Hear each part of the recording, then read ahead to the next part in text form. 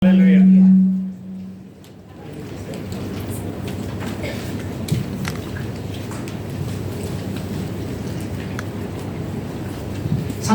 இருக்கிறீங்களா?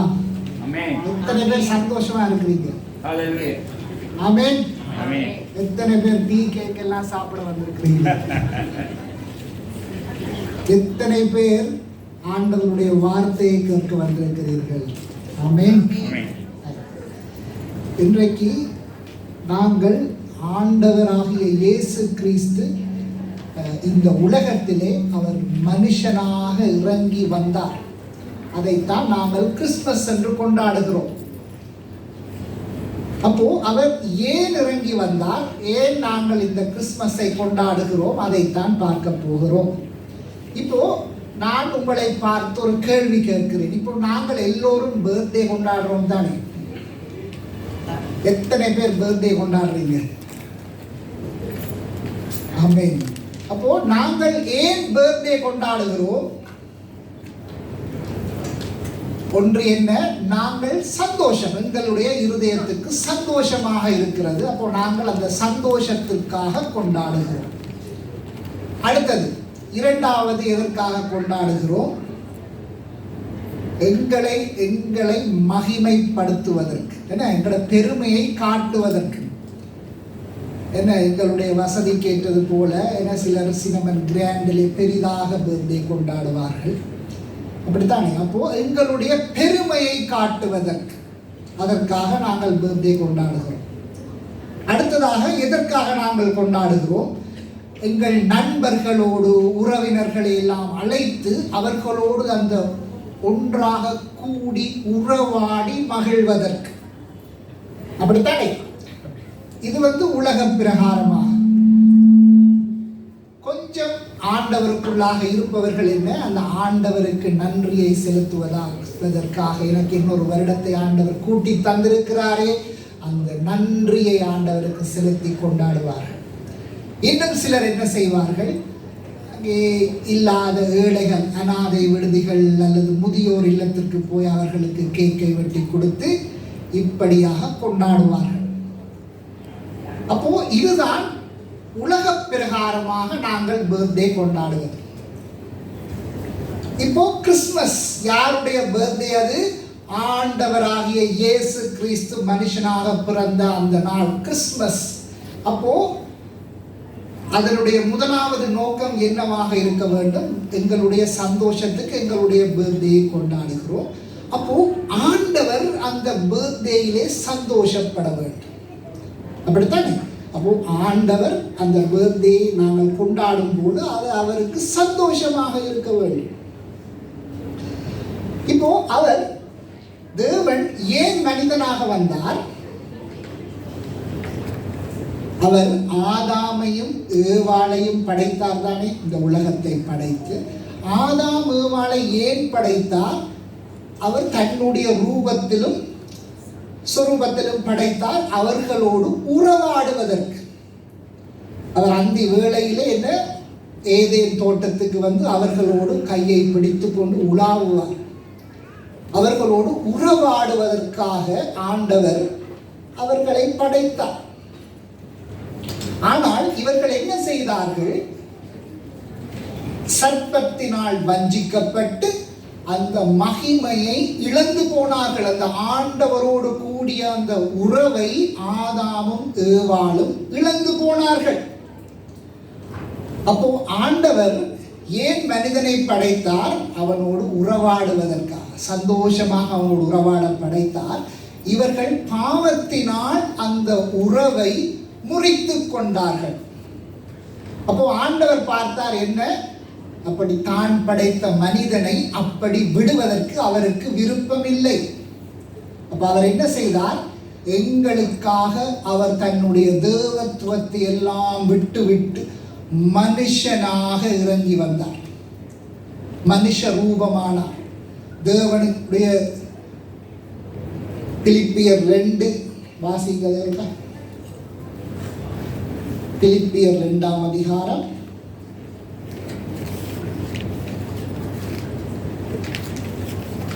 சொல்லுகிறது,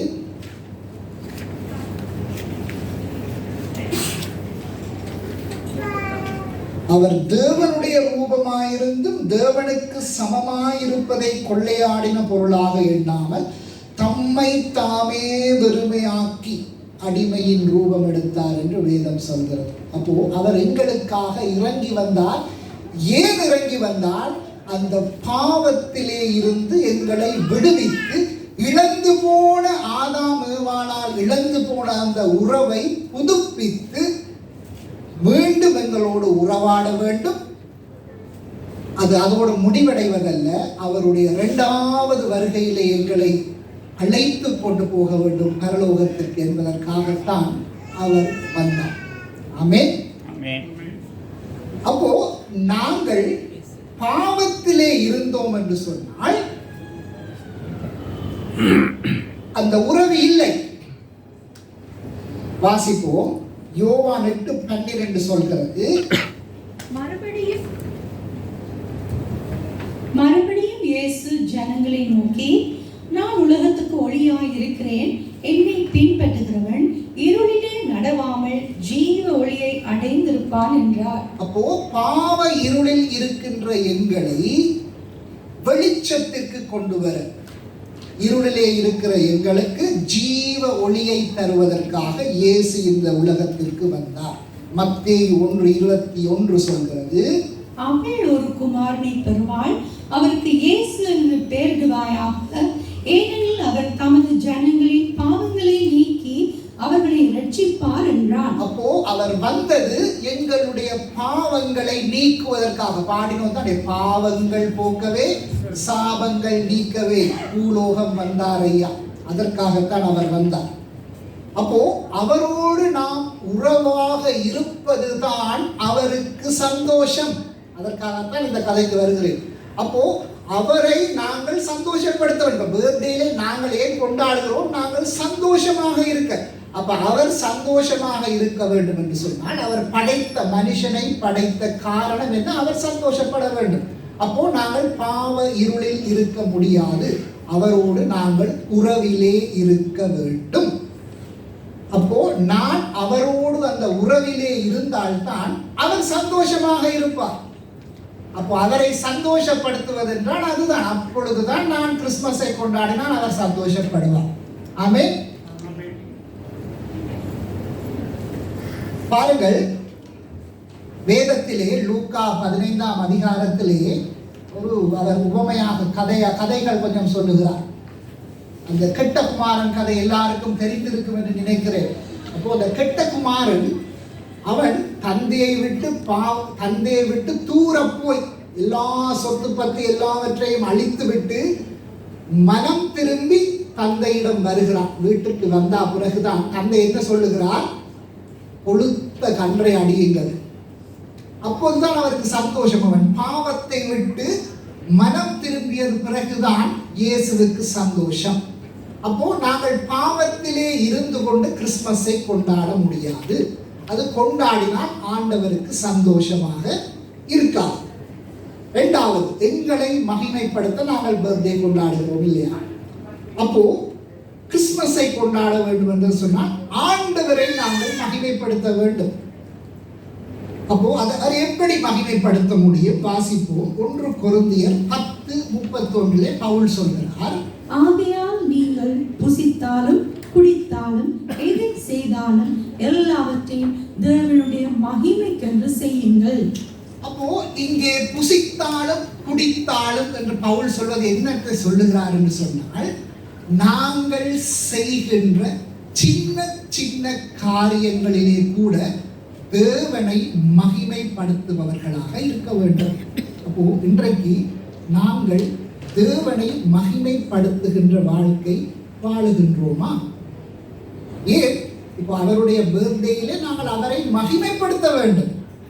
அப்போ எங்களுடைய வாழ்க்கையிலே நாங்கள் அவரை மகிமைப்படுத்தினால்தான் அந்த பர்த்டேயிலே நான் அவரை மகிமைப்படுத்துகிறேன் என்று அர்த்தம். மத்தேயு 5:16 வாசிங்க.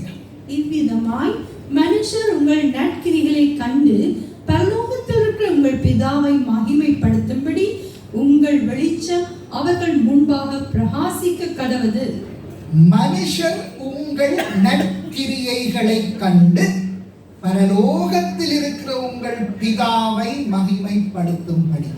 அப்போ நாங்கள் செய்கின்ற நற்கிரியைகளை கண்டு மற்றவர்கள் எங்கள் தேவனை மகிமைப்படுத்த வேண்டும். ஆண்டவரை அறியாதவர்கள் தேவனை மகிமைப்படுத்த வேண்டும். அப்போ நாங்கள் இயேசுவை ஏற்றுக்கொண்டோம் என்று சொன்னால் நாங்கள் எப்படியாக வாழ வேண்டும்? நற்கிரியை உள்ளவர்களாக வாழ வேண்டும். அப்போ நற்கிரியை செய்தால்தான் தேவன் மகிமைப்படுவார், வேதம் சொல்லுகிறது. அப்போ அந்த நற்கிரியைகள் செய்கிறவர்களாக இன்றைக்கு நாங்கள் வாழ்கிறோமா? யோவான் 12:24 வாசிங்க. மெய்யாகவே மெய்யாகவே 12:24 மெய்யாகவே மெய்யாகவே நான் உங்களுக்கு சொல்லுகிறேன், கோதுமை மணியானது நிலத்தில் விழுந்து சாகாவிட்டால் தனித்திருக்கும், செத்ததேயாகில் மிகுந்த பலனை கொடுக்கும். அப்போ ஆண்டவர் சொல்லுகிறாரு, அதனுடைய அந்த கதையின் பின்னணியை சொல்லுகிறேன். இப்போ கிரேக்கர்கள் கொஞ்சம் பேர் அங்கே ஆண்டவரை பார்ப்பதற்கு வருகிறார், இயேசுவை பார்ப்பதற்கு வருகிறார். வந்து பிலிப்பு இடத்திலே கேட்கிறார்கள், நாங்கள் இயேசுவை பார்க்க வந்திருக்கிறோம் என்று சொல்லி. அப்போ பிலிப்பு அந்திரேயாவுக்கு சொல்கிறான், இவர்கள் இயேசுவை பார்க்க வந்திருக்கிறார்கள் என்று சொல்லி. அப்போ இவர் அந்திரேயா போய் இயேசுவுக்கு சொல்கிறார், உங்களை பார்ப்பதற்கு கிரேக்கர் கொஞ்சம் பேர் வந்திருக்கிறார்கள் என்று சொல்லி. அப்போ இயேசு அந்த அந்த அந்த வசனத்தை வாசிப்போம். 22ஆம் வசனத்தை வாசிங்க. யோவான் 12:22. அப்பொழுது இயேசு அவர்களை நோக்கி, அப்போ அந்திரேயா வந்து சொன்னது இயேசு சொல்கிறார், அப்பொழுது இயேசு அவர்களை நோக்கி, மனுஷகுமாரன் மகிமைப்படும்படியான வேளை வந்தது. அப்போ அவர்கள் இயேசுவை பார்க்க வருகிறார்கள். அப்போ ஆண்டவர் சொல்கிறார், மனுஷகுமாரன் மகிமைப்படும்படியான வேளை வந்தது என்று சொல்லிவிட்டு தான் என்ன சொல்கிறார்? மெய்யாகவே மெய்யாகவே உங்களுக்கு சொல்லுகிறேன், என்ன, கோதுமை மணியானது நிலத்திலே விழுந்து அது சாகாவிட்டால், அதை வாசிங்க.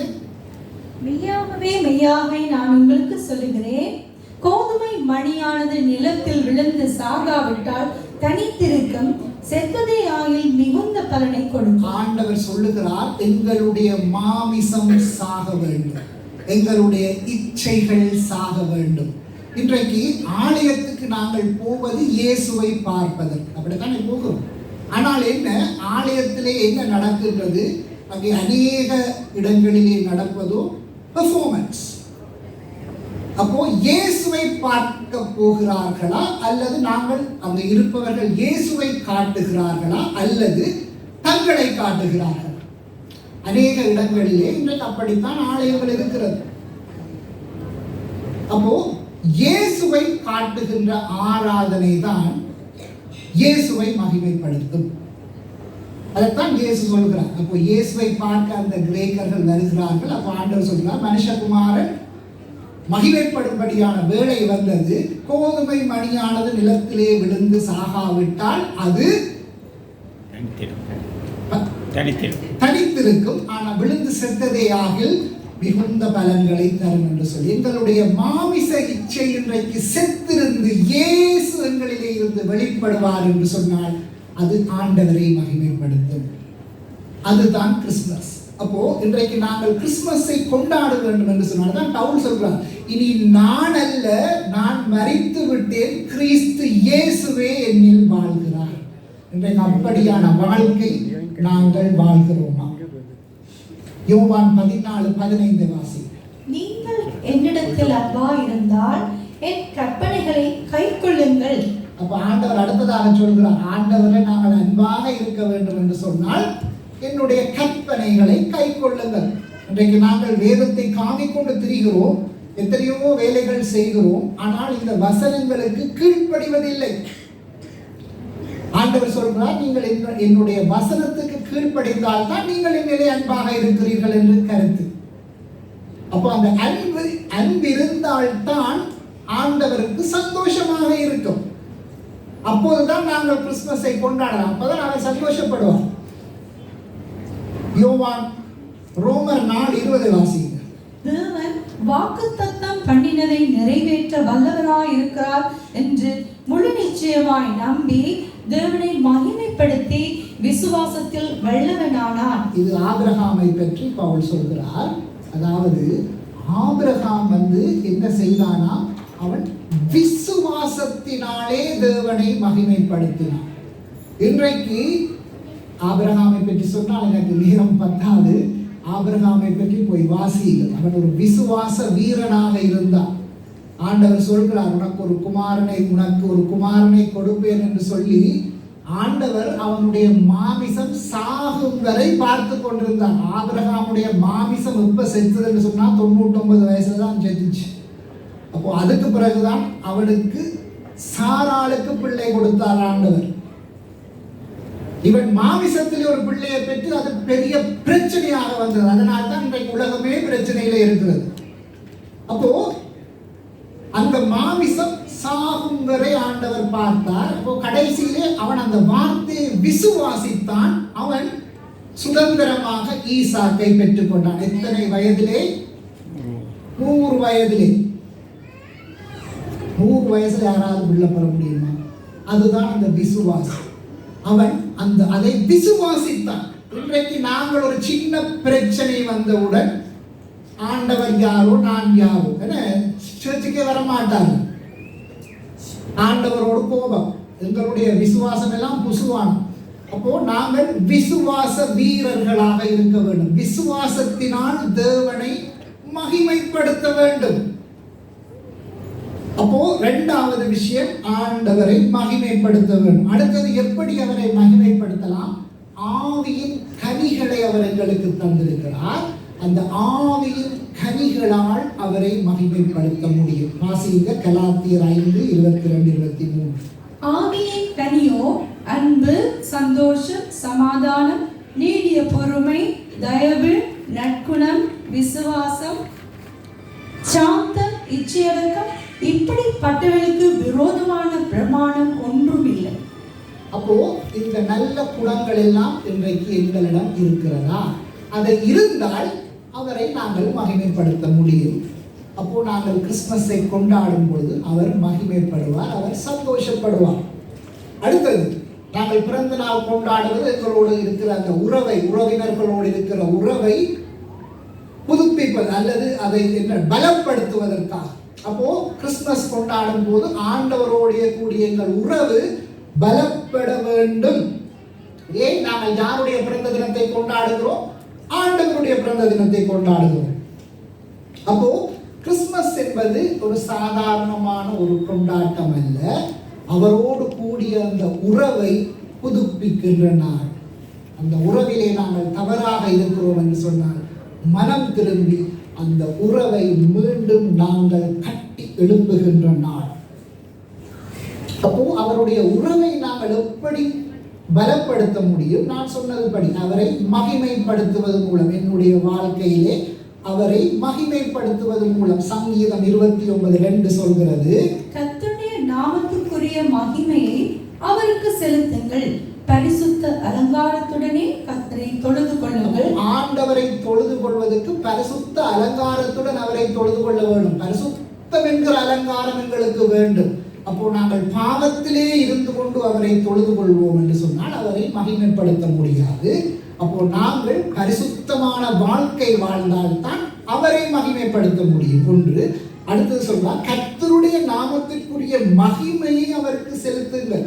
இன்னைக்கு அநேக நேரங்களிலே ஜெபிப்பார்கள், அற்புதத்தை பெறுவார்கள். பிறகு அதுக்கும் இதுக்கும் சம்பந்தம் இருக்காதோ, அது நான் அதை செய்ததால் தான் இது வந்தது, மாமிசம் அங்கே பெறுகிறது. ஆனால் அதை செய்தது யார்? ஆண்டவர். அப்போ அவருக்குரிய மகிமையை நாங்கள் அவருக்கு கொடுக்க வேண்டும். அடுத்தது இரண்டாவது, எப்படி நாங்கள் அவருடைய உறவை பலப்படுத்தலாம்? அவருக்கு நேரத்தை கொடுப்பது. அதாவது அவரோடு உறவாடுவது என்று சொன்னால் என்ன? சம்பாஷணை. ஒருத்தரோட உறவாடு, கணவன் மனைவி என்று சொன்னால் என்ன? 2 பேரும் பேசாமல் நாங்கள் உறவாட முடியாது. அப்போ 2 பேரும் பேச வேண்டும். பேசுவது என்றால் என்ன? வேதத்தை படிக்க வேண்டும், ஜெபம் செய்ய வேண்டும். இது 2ம் எங்களுடைய வாழ்க்கையிலே இருந்தால் நாங்கள் அந்த உறவை புதுப்பித்துக் கொள்ளலாம். அவரோடு கூடிய அந்த உறவிலே இருக்கலாம். மத்தேயு 1:23 வாசிங்க. அவன் இதோ ஒரு கன்னிகை கர்ப்பவதியாகி ஒரு குமாரனை பெறுவாள், அவருக்கு இம்மானுவேல் என்று பெயரிடுவார்கள் என்று சொன்னான். இம்மானுவேல் என்பதற்கு தேவன் நம்மோடு இருக்கிறார் என்று அர்த்தம். தேவன் நம்மோடு இருக்கிறார். பரிசுத்த ஆவியானவர் இன்றைக்கு எங்கள் எல்லாருக்கும் கொடுக்கப்பட்டிருக்கிறார். இம்மானுவேல் என்று சொன்னால் தேவன் நம்மோடு இருக்கிறார். அப்போ தேவன் இன்றைக்கு நம்மோடு இருக்கிறாரா? அவர் நமக்குள் வாசம் செய்கிறார் என்று வேதம் சொல்கிறது. யோவான் 1:14 சொல்கிறது, அந்த வார்த்தை மாமிசமாகி கிருபையினாலும் சத்தியத்தினாலும் நிறைந்தவராய் நமக்குள்ளே வாசம் பண்ணினார். அவருடைய மகிமையை கண்டோ, அது பிதாவுக்கு ஒரே பேரானவருடைய மகிமைக்கு ஏற்ற மகிமையாகவே இருந்தது. அப்போ அவர் நம்மோடு இருக்கிறார், நமக்குள்ளாக வாசம் செய்கிறார். அப்போ அவருக்கும் எனக்கும் இன்றைக்கு அந்த தொடர்பு இன்றைக்கு இருக்கிறதா? அல்லது நாங்கள் அந்த பரிசுத்த ஆவியார் கீழ்ப்படியாமல் மாமிசத்திலே நான் கிரியை செய்து கொண்டிருக்கிறேனா? யோவான் 15:5 சொல்கிறது, நானே திராட்சை செடி, நீங்கள் கொடிகள். ஒருவன் என்னிலும் நான் அவனிலும் நிலைத்திருந்தால் அவன் மிகுந்த கனிகளை கொடுப்பான்.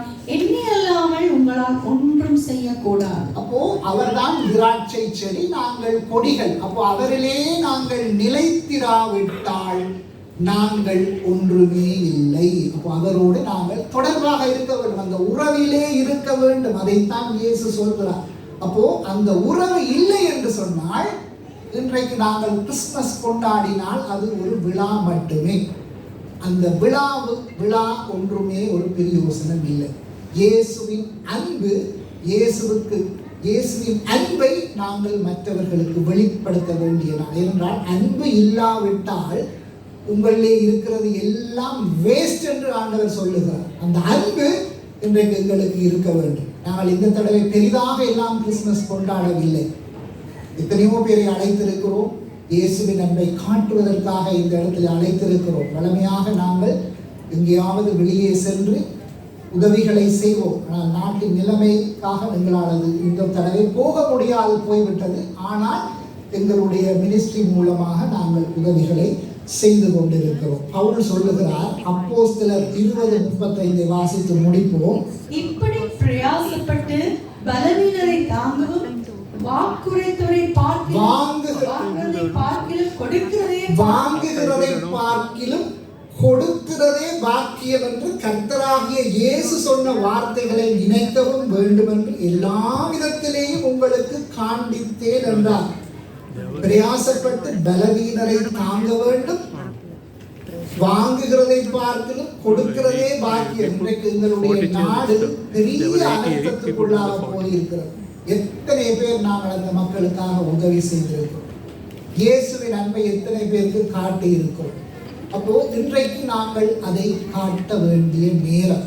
ஏனென்றால் இயேசு அதைத்தான் சொன்னார், என்னுடைய அன்பை காட்டுங்கள், போய் அவர்களை சீஷராகுங்கள். அன்பை காட்டுவது, இந்த மிஷனரி எல்லாம் வந்தது கிறிஸ்தவத்திலே தான். பெரிய பெரிய வெளிநாட்டிலே இருந்து வந்து இந்த எங்களுடைய தேசத்துக்கு வந்து அவர்கள் என்ன செய்தார்கள்? எங்களோடு மக்களோடு மக்களாக வாழ்ந்து மக்களினுடைய தேவைகளை அவர்கள் சந்தித்தார்கள். படிப்பறிவில்லாத கூட்டமாக இருந்தோம். எங்களுக்கு படிப்பை தந்து அப்படியே ஆண்டவருடைய வார்த்தைகளையும் போட்டுத்தான் இந்த தேசத்திலே இயேசு என்கிற ஒரு தேவன் இருக்கிறார். அவர் தான் உலகத்தை படைத்தார். எத்தனையோ தேவர்கள் இருக்கிறார்கள் என்று நாங்கள் பார்க்கிறோம். ஆனால் மனுஷனுடைய பாவத்தை நீக்குவதற்கு, அந்த பரிசுத்த இரத்தத்தை சிந்துவதற்காக எந்த ஒரு தேவனும் வரவில்லை. அவர் மட்டும்தான் இறங்கி வந்து மனிதனுக்காக தன்னுடைய பரிசுத்த இரத்தத்தை சிலுவையிலே சிந்தி எங்கள் பாவங்கள் சாபங்கள் எல்லாவற்றையும் நீக்கி போட்டார். எத்தனையோ தேவர்கள் இருக்கிறார்கள் என்று நாங்கள் பார்க்கிறோம். ஆனால் யாரும் அப்படி செய்யவில்லை. ஏன்? அந்த அன்பு, தான் படைத்த மனுஷனிலே இருக்கிற அந்த அன்பின் நிமித்தம் இறங்கி வந்த ஒரே ஒரு தேவன் இயேசு மட்டும்தான். இன்றைக்கு நாங்கள் எங்களை அந்த இயேசுவுக்கு ஒப்புக் கொடுப்போமா? இன்றைக்கு அந்த இயேசுவின் அன்பை மற்றவர்களுக்கு காட்டுவோமா? அவரோடு கூடிய அந்த உறவை நாங்கள் இன்றைக்கு புதுப்பிப்போமா? அவரை நாங்கள் மகிமைப்படுத்துகின்ற வாழ்க்கை வாழ்வோமா? அவரை நாங்கள் சந்தோஷப்படுத்துவோமா? இன்றைக்கு நாங்கள் முடிவெடுப்போம். கிருபை உள்ள தகப்பனே, ஒவ்வொரு பிள்ளைகளையும் உங்களுடைய கரத்திலே ஒப்புக் கொடுக்கிறேன் ஆண்டவரே. அப்பா, நீர் உலகத்திலே மனுஷனாக வந்தீர். அந்த வந்ததன் நோக்கத்தை ஒவ்வொரு பிள்ளைகளும் புரிந்து கொண்டு ஆண்டவரே உம்மை சந்தோஷப்படுத்துபவர்களாக, உம்மை மகிமைப்படுத்துபவர்களாக, ஆண்டவரை உம்மோடு கூடிய அந்த உறவிலே ஆண்டவரை நிலைத்திருக்கத்தக்கதாக. ஏனென்று சொன்னால் கிறிஸ்துமஸ் என்பது உம்முடைய வருகையோடு மட்டும் முடியவில்லை. நீர் மீண்டும் வந்து எங்களை அழைத்துக் கொண்டு போகிற பரலோகத்துக்கு செல்வதுதான் உங்களுடைய சித்தம். அப்பா, அதற்கு நாங்கள் பாக்கியவதிகளாக வாழ, பாவத்திலே இருந்து விடுபட்டு நாங்கள் வாழ ஒவ்வொருவருக்கும் கர்த்தர் உதவி செய்வீராக என்று ஜெபிக்கிறேன். ஒவ்வொரு பிள்ளைகளும் அது கரத்தில் ஒப்புக் கொடுக்கிறேன். இயேசுவின் நாமத்திலே ஜெபம் எடுக்கிறேன். ஜீவன் நல்ல